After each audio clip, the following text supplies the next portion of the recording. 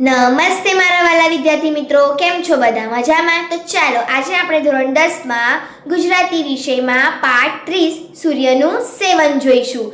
કયો પાઠ છે? 30 સૂર્યનું સેવન. કોણે લખ્યો છે? સુરેશ જોશી. લેખક કોણ? સુરેશ જોશી. ચલો તો આપણે જોઈએ.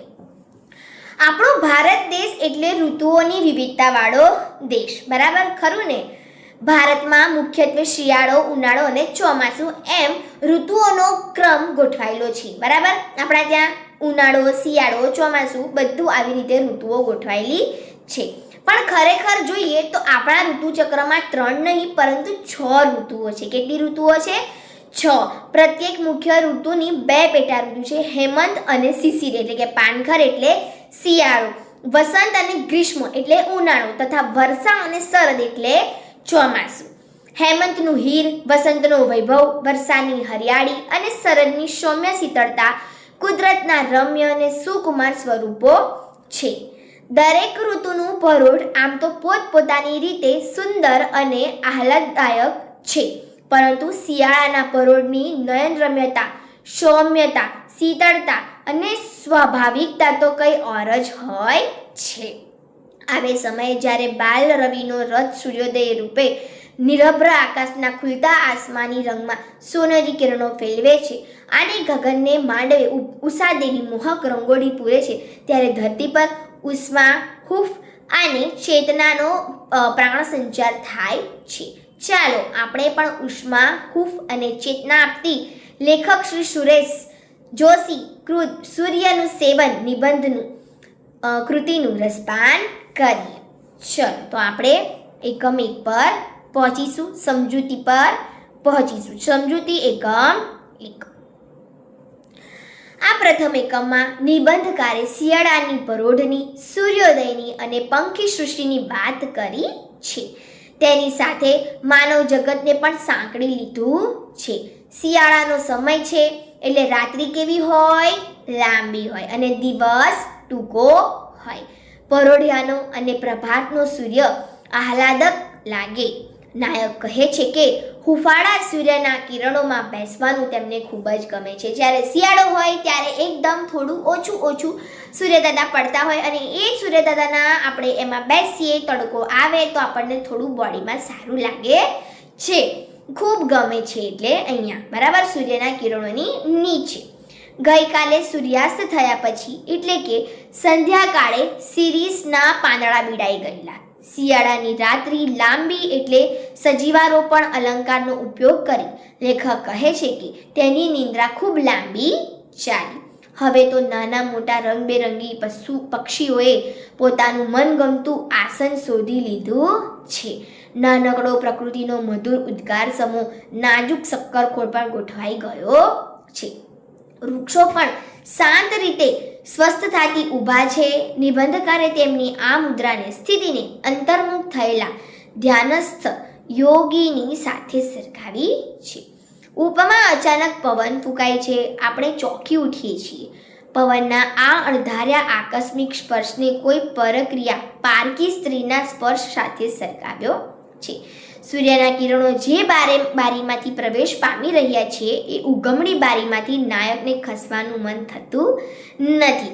હવે તો અન્ય પક્ષી મહાશયો હુદહુદ કાબર પણ આવી ગયા. કાબર તેની ચીસાચીસ માટે જાણીતી, આમ તેના આગમને પ્રભાત પ્રસ્થાપિત થઈ ગયું. શિયાળાની ઠંડીમાં રજાઈ નીચેથી કોઈને ઉઠવાનું મન થતું નથી, પણ સવારે બાળકો, વિદ્યાર્થીઓમાં, યુવાનોમાં દોડાદોડ શરૂ થઈ જાય છે. બધા કસરત કરવા જાય છે. વિદ્યાર્થીઓ માટે તો આ જ સુનેરી સમય વાંચવા માટેનો. કયો? સવારનો. એકમ 1માં આટલું છે, આપણું પૂરું થયું. હવે આપણે એકમ 2 જોઈશું. આ દ્વિતીય એકમમાં નિબંધકારે પ્રકૃતિના સૂર્યોદય વગેરે સંદર્ભો સાથે પોતાની અંગત ઉર્મિના તેમજ માનવ જીવનના પ્રશ્નો સાંકળી લીધા છે. હવે અહીંથી મનુષ્ય જીવનના સંદર્ભો પ્રગટપણે વ્યક્ત થયા છે. નાયકને કશું જ ન કરવાની અને માત્ર સગડીના તાપે તાપ્યા કરવાની, બેસી રહેવાની ઈચ્છા થાય છે, પણ દિવસભર જે કામો કરવાના છે તેની લાંબી ચક્ર યાદી જોતા કામ નહીં કરવાનો ગીતા સંદર્ભ કામ લાગે તેવો નથી. નિબંધકારે સોનાની લગડી જેવા અંગારાથી ભરેલી સગડી કહી. આમ તો અંગારો દાહદાયક છે, પણ અત્રે શિયાળાની સવારે તો શાંતિદાયક લાગે છે. સોનાની લગડી દ્વારા અંગારો કેટલો મૂલ્યવાન છે અને સોના જેટલું તરાઈ ગયે તેટલું તેનું શ્રેષ્ઠત્વ બહાર આવે. બંને સંદર્ભો આ અલંકારમાં સરસ રીતે પ્રયોજાયા છે. હવે આ સૂર્ય સમય કશું જ રાખવા જેવું નથી ને છે તે પ્રગટ કરી દેવાનું છે. પણ પ્રકૃતિના તત્વો આપણા માનવ ભાવોને સમજે ખરા? બરાબર. નાયકના હૃદયમાં જે ઊંડા જખમો ઘા પડ્યા છે, બરાબર, પવન સ્પર્શ દ્વારા પણ પામી શકે છે, ખરું ને? તેવું જ સૂર્યચંદ્ર વગેરે વિશે કહી શકાય. જ્યાં જાય ત્યાં પોતાના પ્રકાશ દ્વારા બધું અજવાળે ઉજમાડે. પણ ભલા જેવો સંવેદનહીન બની તટસ્થ ધારણ કરી ભર્યા ભાદરિયા